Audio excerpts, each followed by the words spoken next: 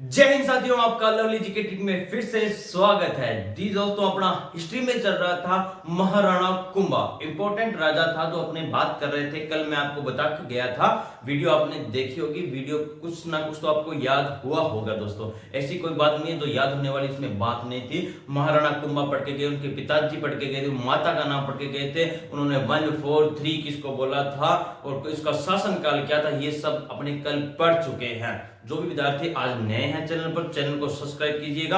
आपको प्लेलिस्ट मिल जाएगी राजस्थान की इतिहास, उसके अंदर आप भाग 1, 2, 3, 4 देख सकते हो। ठीक है दोस्तों, 4 स्टेप में पढ़ेंगे।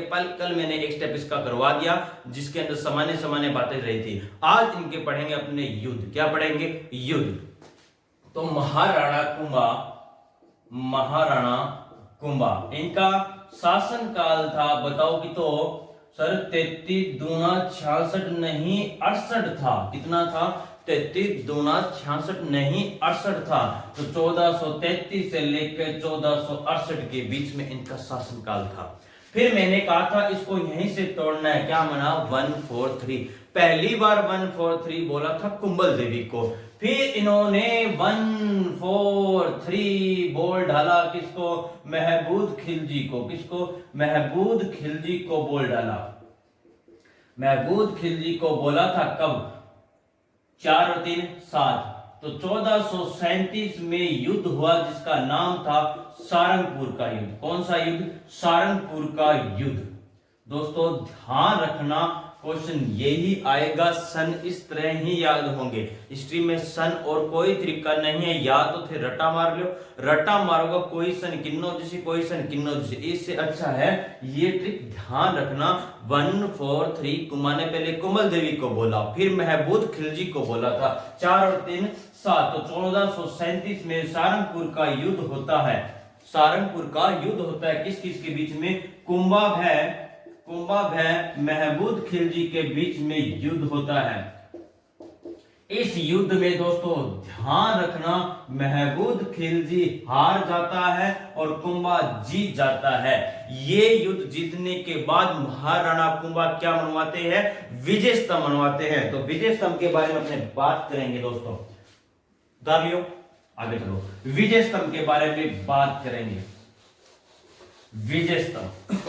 विजय स्तंभ का निर्माण चित्तौड़गढ़ में करवाया गया था। कहां करवाया गया?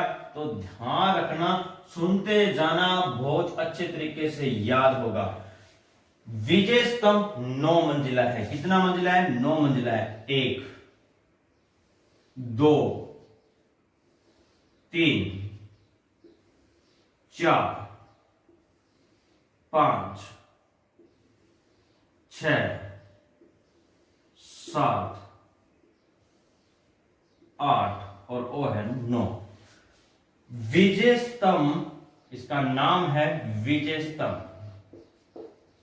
विजय स्तंभ सर, विजय स्तंभ तो ऊपर इया है, तो हाँ तो इया मान लो, कोई दिक्कत तो नहीं। अपन विजय स्तंभ है कि हुआ है, लेकिन याद करना है। ठीक है, विजय स्तंभ कितना मंजिला है? तो 9 मंजिला है। कितना है? 9 मंजिला है। दोस्तों यही याद करना, इसको बनाने के लिए 90 लाख रुपए खर्च हुए थे। कितने? 90 लाख रुपए खर्च हुए थे। कितने? 90 लाख रुपए खर्च हुए थे। कितने? 90 लाख रुपए। तो मान लो एक बिल्डिंग पर कितना लगा? 10 लाख। तो 9 बिल्डिंग पर 90 लाख। इसकी लंबाई पूछे तो 122 फीट ऊंचा है। कितना है? 122 फीट ऊंचा है। ये कितना है? 122 फीट ऊंचा है। इसके अंदर सर 157 सीढ़ियां हैं। कितनी है? 157 सीढ़ियां हैं। 157 सीढ़ियां हैं। ये आपको पहले पता होना चाहिए। विजय स्तंभ कहाँ है? चित्तौड़गढ़ में है। चित्तौड़गढ़ में 9 मंजिला है, 90 लाख रुपए खर्चा आया था, 122 फीट ऊंचा है, 157 सीढ़ियां है। कितनी है? 157 सीढ़ियां हैं। इसको विष्णु स्तंभ, इसे विष्णु स्तंभ व विष्णु ध्वज के नाम से भी जाना जाता है।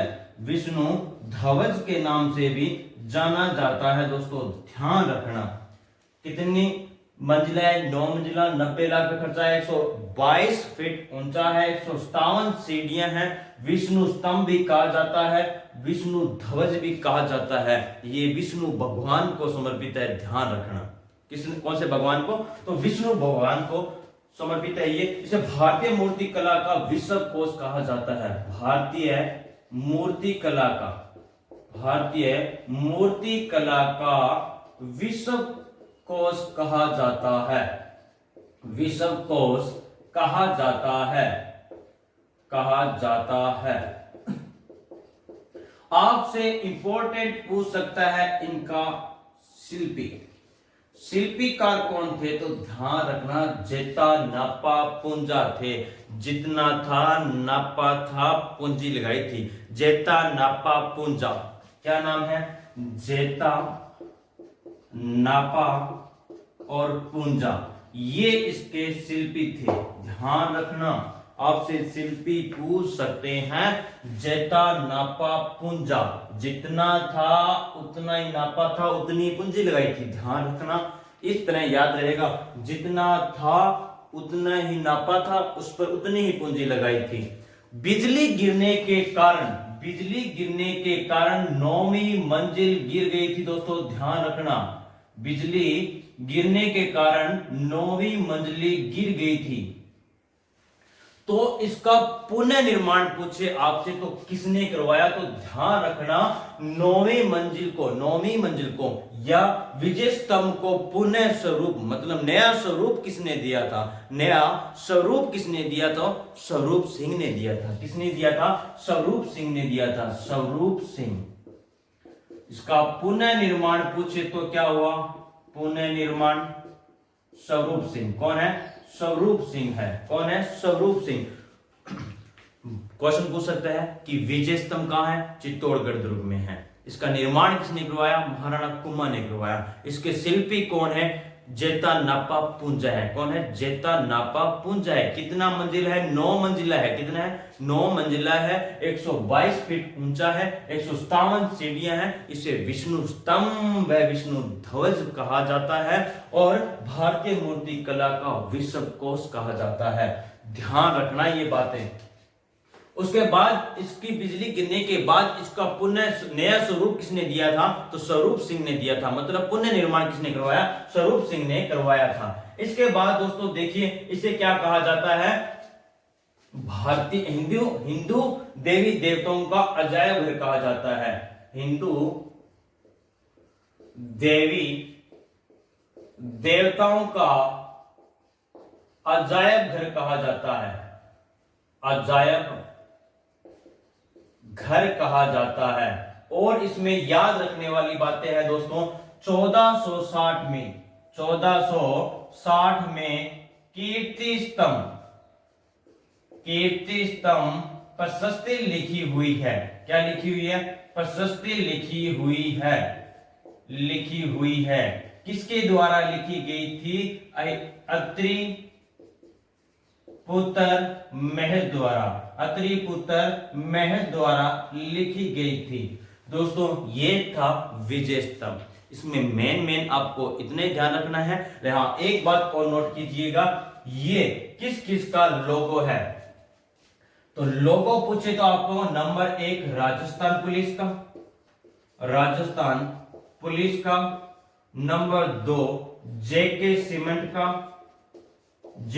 सीमेंट का, नंबर 3 माध्यमिक शिक्षा बोर्ड का। दोस्तों ध्यान रखना, इन तीनों का लोगो पूछे तो क्या है? विजय स्तंभ है। क्या है? विजय स्तंभ है। राजस्थान पुलिस का, जेके सीमेंट का और माध्यमिक शिक्षा बोर्ड का। इतना विजय स्तंभ आपको याद होना चाहिए दोस्तों। नॉर्मल बातें आपको याद होनी चाहिए। 9 मंजिला विजय स्तंभ कहां है? चित्तौड़गढ़ में। इसको नया स्वरूप दिया था किसने? स्वरूप सिंह ने दिया था। 9 मंजिला, 90 लाख रुपए लगे। 122 फीट है ऊंचा है। 157 सीढ़ियां हैं। विष्णु स्तंभ है, विष्णु ध्वज कहा जाता है। इसे हिंदू देवी देवताओं का अजायब घर कहा जाता है। भारतीय मूर्ति कला का विश्व कोश कहा जाता है। इसके शिल्पी पूछे तो जेता नापा पुंजे थे। ये इंपॉर्टेंट है, ध्यान रखना। इंपॉर्टेंट, बहुत बार पूछा जाता है एग्जाम में। दोस्तों ये सारंगपुर युद्ध जीतने के बाद महाराणा कुंभा ने किसका निर्माण करवाया था? विजय स्तंभ का करवाया था। अब चलते हैं नेक्स्ट युद्ध पर। नेक्स्ट युद्ध उसने फिर 143 याद करो किसको बोला था, 143 सर 143 तो भारमली ने किसको बोला था, रणमल को बोला था। 143 4 3 7 1 8 1438 में भारमली ने जहर दिया था किसको, रणमल को। किसको दिया था, रणमल को दिया था। सर जी क्यों दियो जहर, ध्यान रखना रणमल की ये प्रेमिका थी, ध्यान रखना क्या थी, प्रेमिका थी और हंसाबाई की दासी थी। किसकी, हंसाबाई की दासी थी, ध्यान रखना किसकी दासी थी, हंसाबाई की। तो ये प्रेम करते थे किससे, रणमल से। रणमल पूरा 1 नंबर का बताऊंगा आपको दोस्तों, शराब पीने वाला व्यक्ति था। सोमरस का बहुत ज्यादा शौकीन था ये। डेली पी गया तो घर आगे कहीं तो भारमली रोटी लिया, भारमली चा लिया, भारमली ओ लिया, भारमली बो लिया, गई रहने दो जाओ। एक दिन रणमल अपनी भारमली ने बैठे बैठे कहा भारमली अगर मैं कुंभा को मार दूं तो मैं मन जाऊंगा राजा, तू मन जाएगी रानी। तो भारमली ने सोचा, भारमली देशभक्तन थी, ध्यान रखना, इसने सोचा अगर महाराणा कुंभा मारा गया तो मेरा देश खत्म हो जाएगा, मेरे यहां सारा का सारा समाप्त हो जाएगा, ऐसा मैं नहीं होने दूंगी। ये जाके हंसाबाई को बताती है। हंसाबाई कहती है ना, इन्या तो कौन कर सका रणमल। भारमली के नाम मैंने आपने किया है तो विश्वास करो। हंसाबाई कहना गलत बात है, मैं विश्वास नहीं कर सकती। का देखो मैं सुन के आई हूं थे, मान लियो मेरे कहना ओ कुमान सल्टा देसी और रणमल हो 7 फुट इंचो ऊंचो और इनके एक भूकिया नहीं पट हुए नहीं तो तेको भूकिया बंदन इया कर गईया मार दिन तो कौन जावे तना मारन खातर, कोई कौन जानतो, सब ने लागतो डर। तो कुंभा की करियो अब आ जाके हंसाबाई कुंभा ने बताई, कुंभा ने दिन जाके बात बताई तो कुंभा सोचो भाई इया सीधो मरा को नहीं, तकड़ो आदमी है तो इन कोई ना कोई चाल खेल के इन मारियो जावे। तो इन कुंभा सोचो कि इनकी प्रेमिका कौन, भारमली ने बुलायो कि भारमली आपको एक काम करना है। कि जी बोलिए आदेश कीजिए। कि थाने ने सोमरस के सागे झेर प्यानो है, जद वो पी के आज है नहीं तो प्यानो है टल्ली करना पूरा एकदम फिर मर जाओ। तो भारमली ने कहा था कि हाँ चाहे मेरा प्रेमी जरूर है आपके लिए मैं इतना काम कर दूंगी, ठीक है। तो एक दिन रणमल अच्छी तरह सोमरस पी गया है, आगे भारमली का भारमली लिया खानो आज मैं खाना खाऊं। तो भारमली का रणमल रोज एक लो पी गया है, आज मेरे सागे भी पी तू, आज मैं तेरे सागे चिल करूंगी, सोमरस पिएगा अपन। एक पैक बना के दियो रणमल का, बस भारमली मैं तेरी बात मान ली। कहना अभी क्यों है, अभी तो शुरुआत हुई है, और लो और ली और दी और दी और दिया पैक। इतन तो रणमल भाई जी चित बिंगा बाद लास्ट पैक में जहर मिला दी ने दे दियो रणमल ने बतायो जावा है कि जहर देगी पियो दियो इन्हें। जद भारमली जाके कुमार ने कहा भाई वो माचार पड़े हुए आजो थे इन मार लो।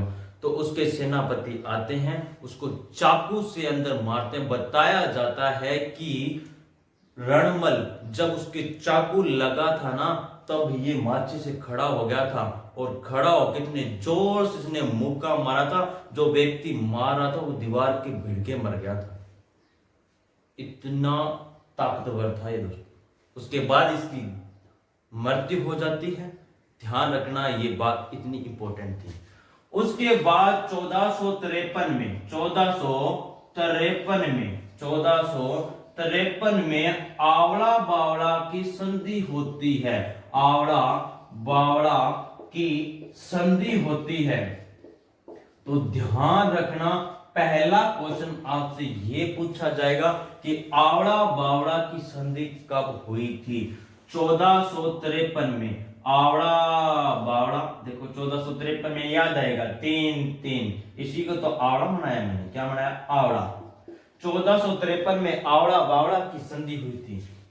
हुई किस किस के बीच में थी, तो दोस्तों ध्यान रखना, मारवाड़ व मेवाड़ के बीच में हुई थी। जोधा था तो कुंभा था, याद रखना आपको, जोधा था तो कुंभा था, जोधा था तो कुंभा था, बोलो जोधा था तो कुंभा था, ये आपको याद आएगा। मारवाड़ का राजा था राव जोधा, क्या नाम था, राव जोधा। इधर था कौन, महाराणा कुंभा, कौन था, महाराणा कुंभा था। दोस्तों ध्यान रखना, ये वही राव जोधा है जिसके 5 पुत्र थे। 5 पुत्रों में से 2 को इतिहास में सुझा दिया था, एक को हमने सुझा दिया था। एक ने बसाया था सातलमेर, सातल था जिसने कौन सा नगर बसाया था, सातलमेर। दूसरा था बिक्का, राव बिक्का था बीकानेर में जाकर 1488 रुपए में, 1488 में बीकानेर की स्थापना करता है। दोस्तों ध्यान रखना, अक्षय तृतीया के दिन, ये भी क्वेश्चन बहुत बार आ रहा है, रिपीट हो रहा है। आवड़ा बावड़ा की संधि किसके बीच में हुई थी, मारवाड़ और मेवाड़ के बीच में हुई थी। तो ये हुई क्या, आवड़ा बावड़ा हुआ कि है, आवड़ा बावड़ा हुआ कि है।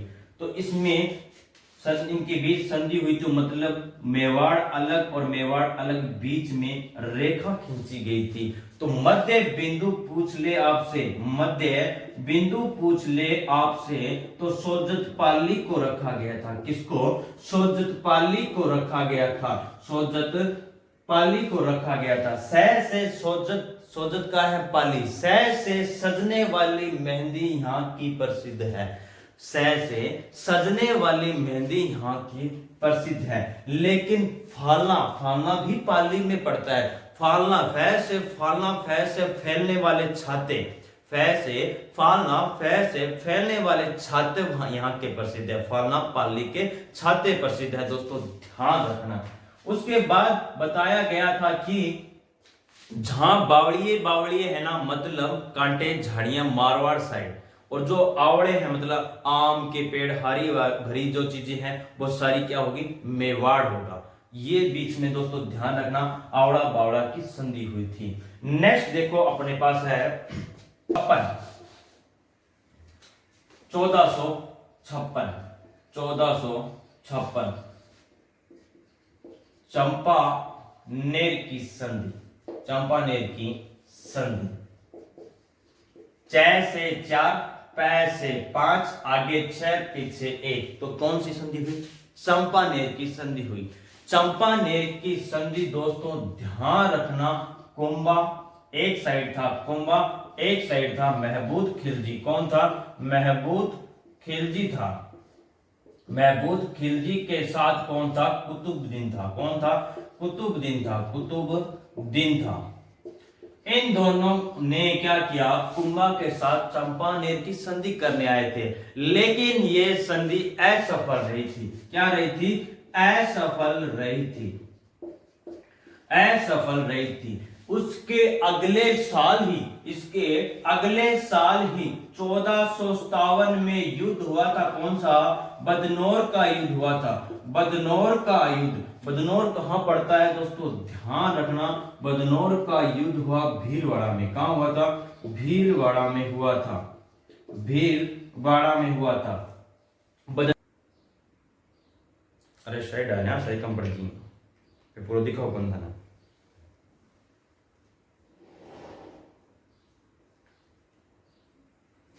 हाँ, अब देखो बदनौर का युद्ध होता है कहां, भीलवाड़ा में। किस किस के मध्य होगा दोस्तों, इन्हीं के मध्य होगा। कुंभा एक साइड थे, कुंभा दूसरी साइड थे कौन, महमूद खिलजी। कौन थे, महमूद खिलजी थे, महमूद खिलजी थे, प्लस कुतुबुद्दीन जी थे। ध्यान रखना, इस युद्ध में महमूद खिलजी हार जाता है, कुंभा जीत जाता है। बदनौर का युद्ध जीतने के बाद कुशाल माता का मंदिर का निर्माण करवाता है, कुशाल माता का मंदिर का निर्माण करवाता है कौन, कुंभा। बदनौर युद्ध जीतने के बाद, बदनौर युद्ध जीतने के बाद बदनौर युद्ध जीतने के बाद बदनौर भीलवाड़ा में, कहां पड़ता है ये? बदनौर भीलवाड़ा में कुशाल माता का मंदिर का निर्माण करवाता है। कुशाल माता जी के मंदिर का निर्माण करवाता है कौन? कुंभा। कुशाल माता का मंदिर पूछे तो दोस्तों कहां है? तो ध्यान रखना कहां है? बदनौर भीलवाड़ा में है। दूसरा स्टेप दोस्तों कंप्लीट हो चुका है। पहला था उपाधियां, दूसरा था युद्ध। तीसरा स्टेप या चौथा स्टेप अपने कल देखते हैं। वीडियो एक साथ ही बना दूंगा, ठीक है दोस्तों, और मिलते हैं अगली वीडियो में। अगर वीडियो आपको अच्छी लगी तो दोस्तों शेयर जरूर कर दो। चैनल आप समझ गए, सब्सक्राइब करो। मिलते हैं अगली वीडियो में। जय हिंद, जय भारत।